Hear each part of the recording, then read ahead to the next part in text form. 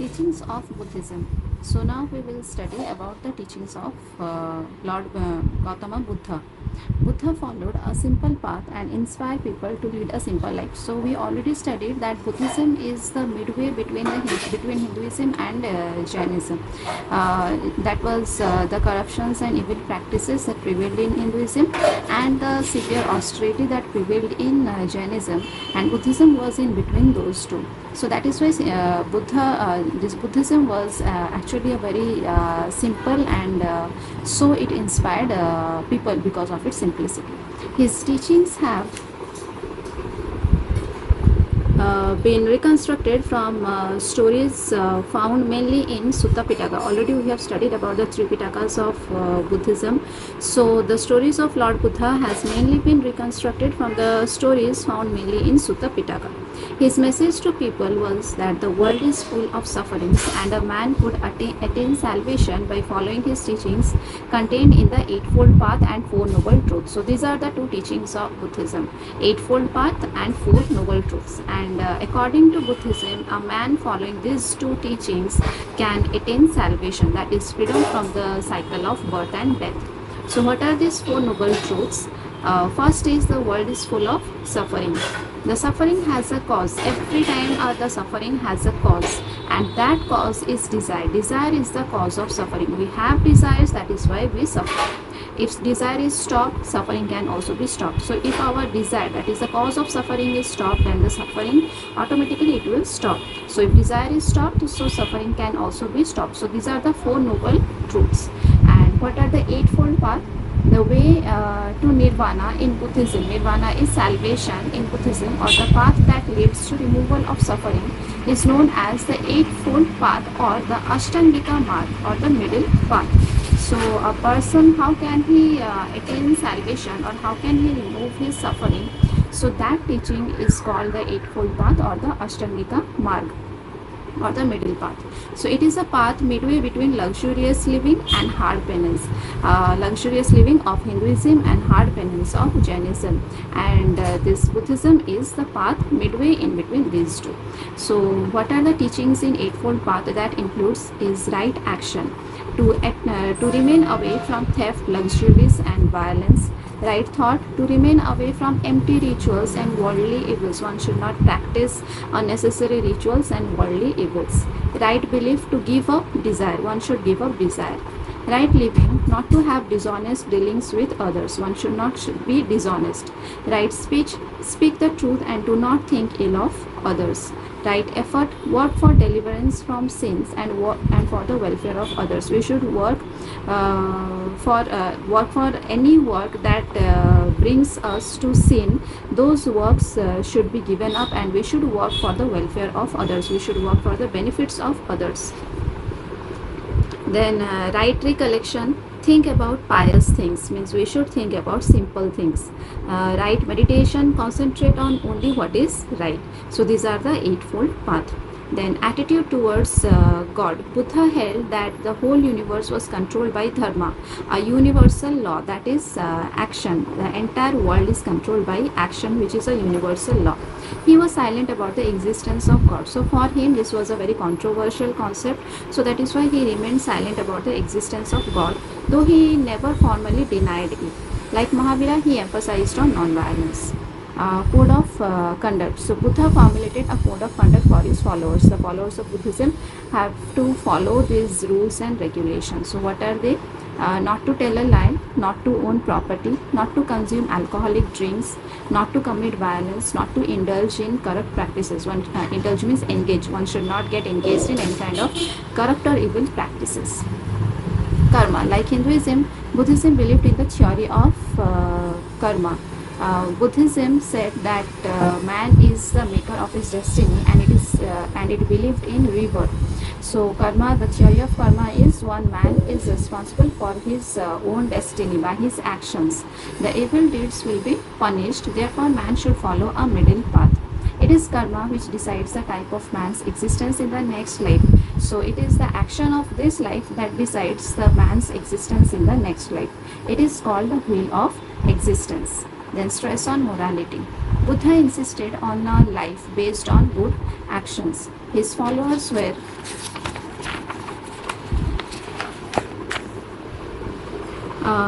enjoined to practice non-violence and to lead an upright life. So followers of Buddha, they practiced this non-violence and they led an upright life, a good life with good virtues. Nirvana, the ultimate goal of life is to attain nirvana or salvation. It is a peaceful state of mind which conquers all diseases, makes the person free from the cycle of birth and death. So, once the person attains nirvana, then he comes to a very peaceful state, a state where he conquers all diseases, a state where he is free from the cycle of birth and death. So, that is nirvana. Universal brotherhood. Lord Buddha praised universal brotherhood of mankind. He wanted people to live in peace, setting aside all their differences, no differences regarding caste, no differences regarding high post and low post. He invited people of all classes and races to join Buddhism. No faith in rituals and sacrifices. Buddha said that yajnas cannot change a man's destiny, only by performing expensive yajnas that will never change a man's destiny. Sacrifices and rituals are empty ceremonies, they are unnecessary ceremonies that should be avoided. Ahimsa, like Mahavira, Buddha attached importance to sanctity, that is purity of life, and followed the path of non-violence. Thus, the importance given to conduct and values rather than claims of superiority based on birth, fellow feelings, compassion for the young, and weak drew men and women to Buddhist teachings.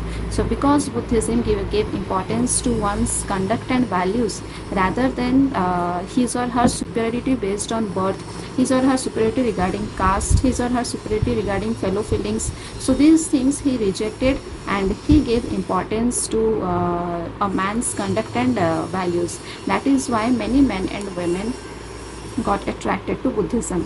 Then organization, the Sangha. The organization for teaching of Buddhism came to be known as Sangha. It was a monastic order established to spread Buddhism. So this was actually a monastic order or monastic organization so that Buddhism can be spread far and wide.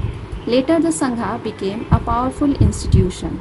It helped to spread Buddhism far and wide.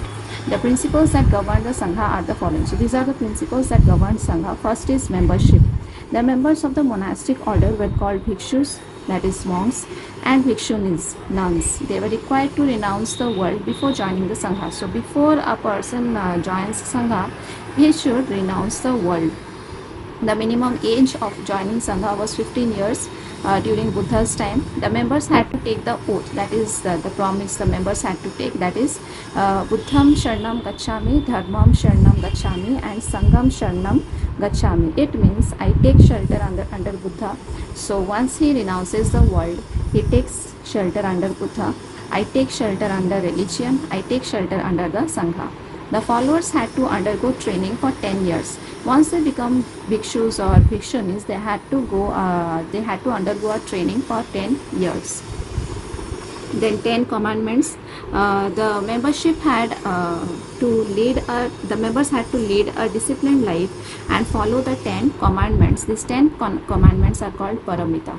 So what are those 10 commandments that these disciples had to follow? That is to speak the truth, to abide by brahmacharya, that is to obey brahmacharya, not to harm creatures, ahimsa, not to own property, to shun music and dancing means to reject music and dancing, to take meals only at fixed times, not to use any kind of intoxicants, not to use scented goods. Those are materialistic desires. Actually, scented goods, they represent some kind of materialism. That is why this is also rejected. Not to sleep on cushions because it symbolizes comfort and luxury. Not to keep money. Then viharas, the bhikshus and bhikshunis were required to roam about in different parts of the country for 8 months of the year. They had to sleep in viharas. These viharas are actually the monasteries which had separate sections for men and women. Special rules were framed for bhikshunis. There were special rules for the bhikshunis. Those were the nuns. This was done to ensure discipline. In the viharas, the members led a life of chastity, austerity, devotion, and purity. So, in the viharas, the members had to lead this kind of life, a life that was filled with chastity, purity, austerity, that is penance, meditation, devotion, and purity. Then sects of Buddhism. So, like we studied the sects of Jainism, that was Svatambara and Digambara. Similarly, Buddhism also got divided into two sects. That was after the death of Gautam Buddha. During the deliberations of the fourth Buddha Council in the reign of Kanishka, Buddhism got divided into two sects, that is the Hinayana and Mahayana. So, Hinayana, what is Hinayana sect?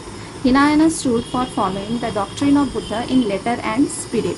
It denied the existence of God. It followed the principles of Buddha in letter and spirit. Hinayana denied the existence of God. Hinayana holds that the Eightfold Path is the only means of salvation. It shuns idol worship. It rejects any kind of idol worship. It is against any kind of idol worship and does not believe that Buddha was God. Hinayana sect does not believe that Buddha was a God. Buddha was regarded as human being who attained enlightenment and nirvana through his own efforts. Pali was used by the followers of Hinayana as the language of its scriptures. So according to Hinayana sect,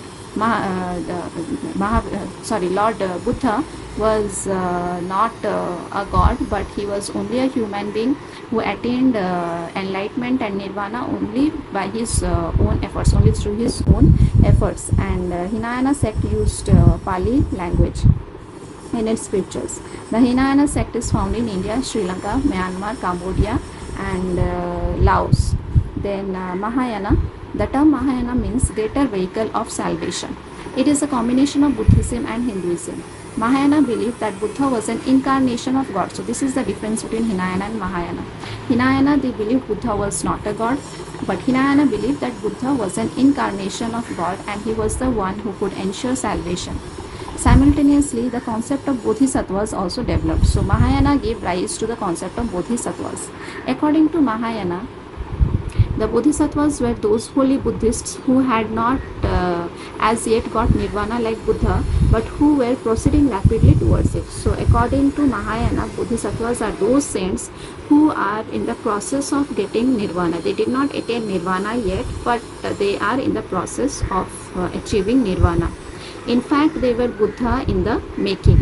They made their goal to attain Swarga, that is a state of bliss. That means their goal was to get heaven rather than attaining nirvana. So the bodhisattva's aim was to attain Swarga rather than attaining nirvana.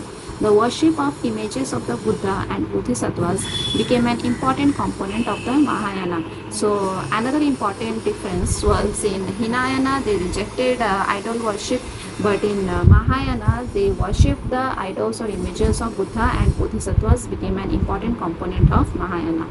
So Buddhist scholars like Nagarjuna and Asanga founded the Mahayana sect. So these were the people who founded the Mahayana sect, that is Nagarjuna and Asanga.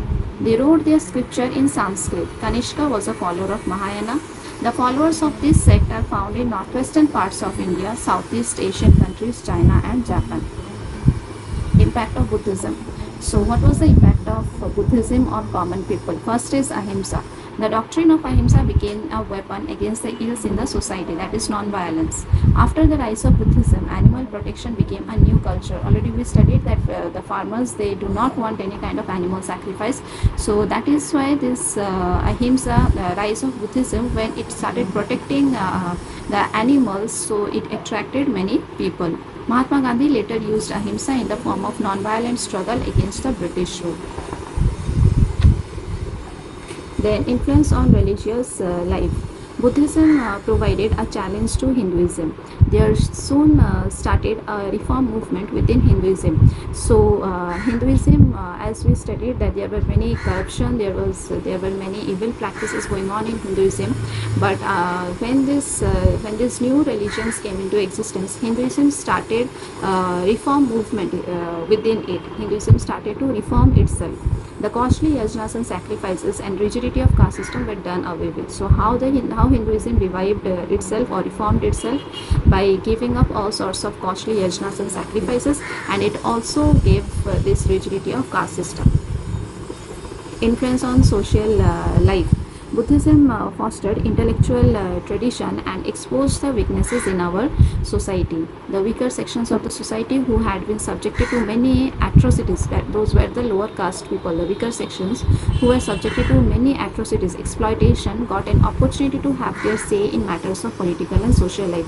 So Buddhism gave importance to weaker sections of the society, and they also got an opportunity to have their words, to have their opinions in matters of political and social life. Then political impact. The republics of Shakyas, Vajis and Malas embraced Buddhism. Ashoka and Kanishka made Buddhism their state religion. So that was the royal patronage that Buddhism achieved. Cultural impact. Buddhism spread far and wide in Southeast Asia, China and Sri Lanka. It had a far-reaching cultural impact in raising the prestige of India. There emerged close cultural contacts between these countries and India. So there was close cultural contact between all these countries, since Buddhism got spreaded to all these countries. So there was close cultural contact. People started to exchange cultures among themselves. So Buddhism acted as a vital force between different cultures. That was important force between different cultures. And language and literature. Buddhism made valuable contribution to the field of language and literature. A vast and varied nature of literature was produced in the language of the masses.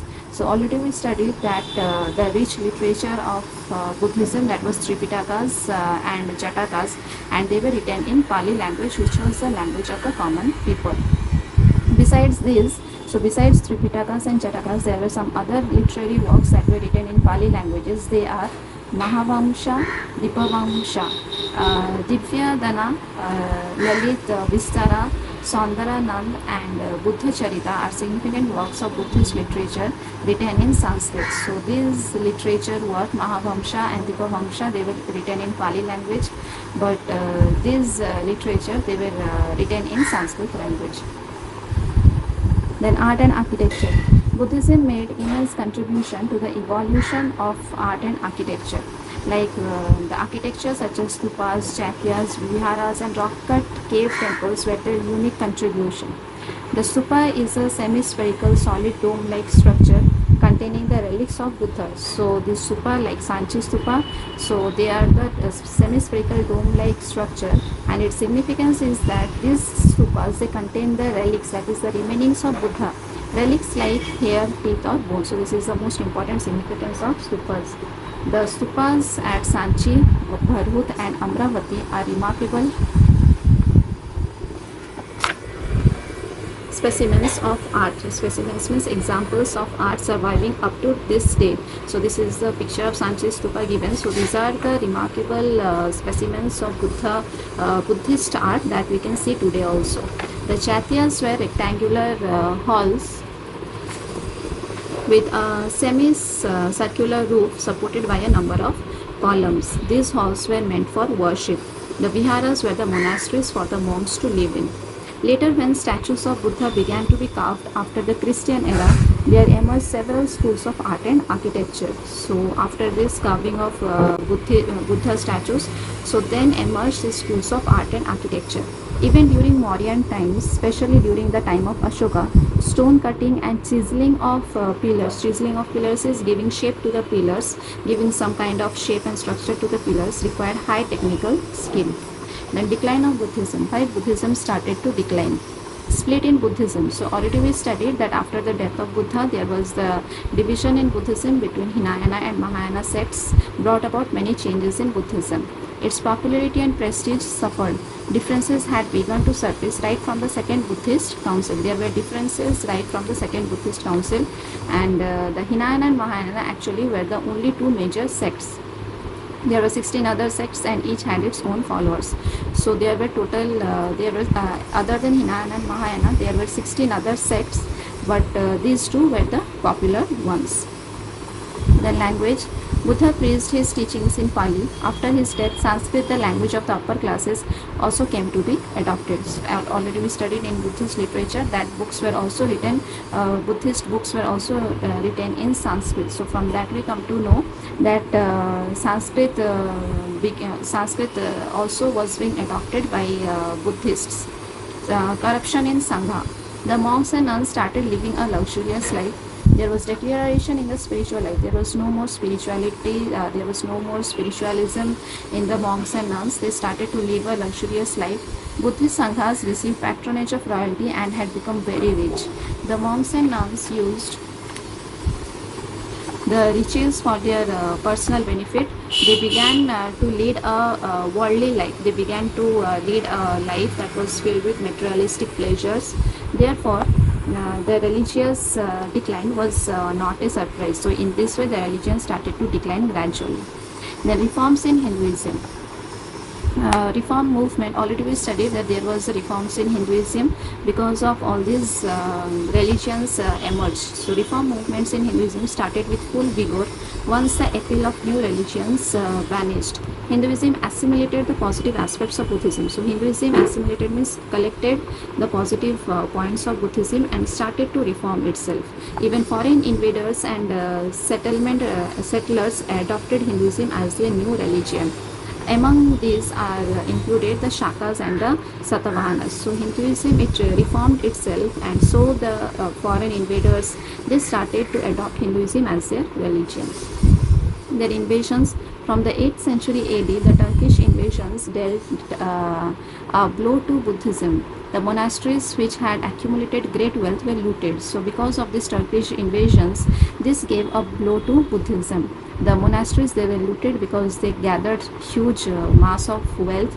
The invaders plundered the monasteries of Nalanda and Takshila and forced some of the monks to flee to neighboring countries like Nepal and Tibet. So all these attacks forced the monks to flee to Nepal and Tibet. Then end of royal patronage. Rajput rulers were warlike and could not follow the policy of ahimsa. The Rajput rulers, they were warlike people, and so they were unable to follow this policy of ahimsa. Besides, the kings of Gupta period patronized temples in honor of Hindu gods and goddesses. Thus, the lack of royal patronage brought about the decline of Buddhism. So these were the reasons why Buddhism declined. Now we'll study about the similarities and differences between Jainism and Buddhism. So first, what were the similarities? The founders of both religions, Mahavira and Gautam Buddha, had similar background. Both of them belonged to Kshatriya clan. This we already studied, that both of them were royal princes. They belonged to Kshatriya class and followed the same path.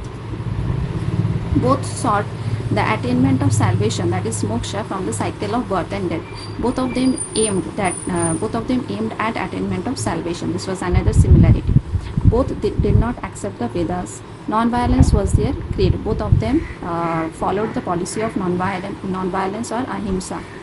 Monks and nuns of Buddhism and Jainism had to renounce family life and the world. They had to live a life of chastity. So these were the similarities between Jainism and Buddhism. Now what were their differences?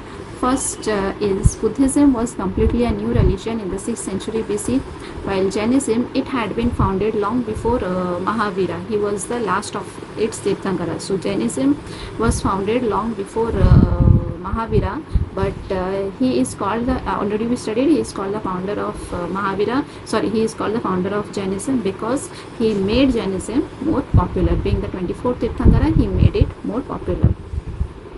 Then Buddhism followed a middle path, whereas Jainism believed in hard penance.